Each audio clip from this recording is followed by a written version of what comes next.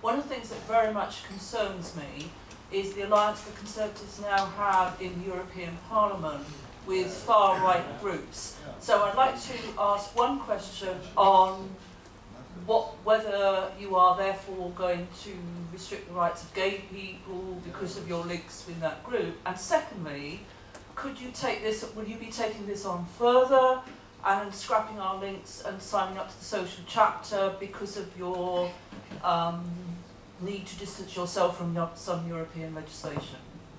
No, it's not about distancing yourself from some European legislation. It's about this one. We would scrap that. Let's get that there. And what's written may be very similar. It may be the same. No, we're talking about this particular convention, and we would have our own. How that own convention works out, how that convention, those laws work out, is a question for the British public.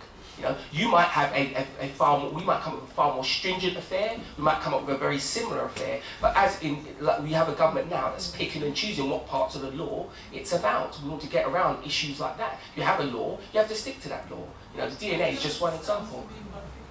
Well, the human right, the European human right says that the government should not keep our DNA. They choose to keep our DNA. They're picking and choosing the bits that they respond to. And that's what I'm suggesting they did with anti-terror law. They've used anti-terror law, and now they need to check your bins. They need to freeze your assets because you haven't paid your council tax. They used it to get money back from Iceland. So, you know, my point is this: make laws and stick to them. Stick to them. You can't pick and choose the bits you like, because that's what's going on under the current government. And as for the European thing, let's get this straight. The group, there's two reasons why, in my mind, to come out of the group. One of the things about Europe is lacking democratic processes. You have this big lump. You don't want to have any conversation about any kind of new way of running things in Europe. And I think it's important to have another lump to face them down and say, well, hold on, even if you're right, let's have a debate about this. Currently, there's no... the current, you know, the Germans, the French, everybody got together in that group, and that's the group that we came away from. Shaun, we've got MPs over there both now. I mean, our own MEPs, so they voted for it, didn't it?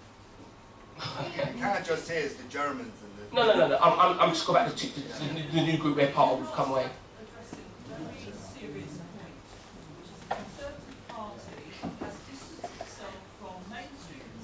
Like Sarkozy and Merkel, and you're allying yourself with extremists in the European Parliament. But the point is this: it's easy to say we're allied ourselves with extremists, and some of the behaviours there, but some of the people in the group that we've left weren't particularly palatable to our English sensibilities. They weren't perfect either. And the whole point for me, in particular, is we need to have some debate in Europe, and there's no debate there. I'm sorry, Shaun, you're saying that in order to create more debate, you don't want to hang out with the Germans, you want to hang out with the homophobes. Is that right? That seems okay. It's a strange way of interpreting debate. No, that's you putting words in my mouth. What I'm suggesting is, no matter how good or big or rational the other group is, you need to have a debate in Europe, and that one group weren't having a debate. That's the first point. Secondly, the people in the group that we've aligned ourselves with have changed their behaviours, and there's people in the other group whose behaviours weren't particularly good either, but nobody seems to be concentrating on that. You're just trying to set a premise that we're in line with some lunatics. There's lots of people in Europe, lots of different parties in Europe, and it's been a process. There's lots of people who we, as a British, wouldn't particularly like their views, but they're in both groups, not just the one we're in. Okay. I think maybe we'll sort of wrap up there. Do people want to I'll just let the other, because Shaun's done a lot of talking there, so let's just let any of the three who want to give just sort of a 20-second soundbite, and then we'll get on to the next question. Two short points. One is, if we do come out of the Human Rights Treaty and have our own, as it were, we'll have human rights in England that's different from human rights in Scotland and different from human rights in Ireland. Isn't that a bit odd, you know?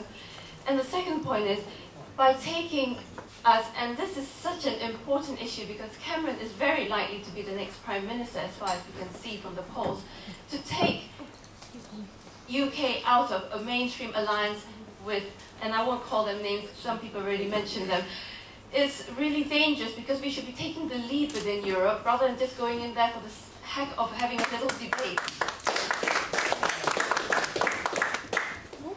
I'm just checking I've got this right, and I haven't fallen asleep, and I'm in some sort of dream world.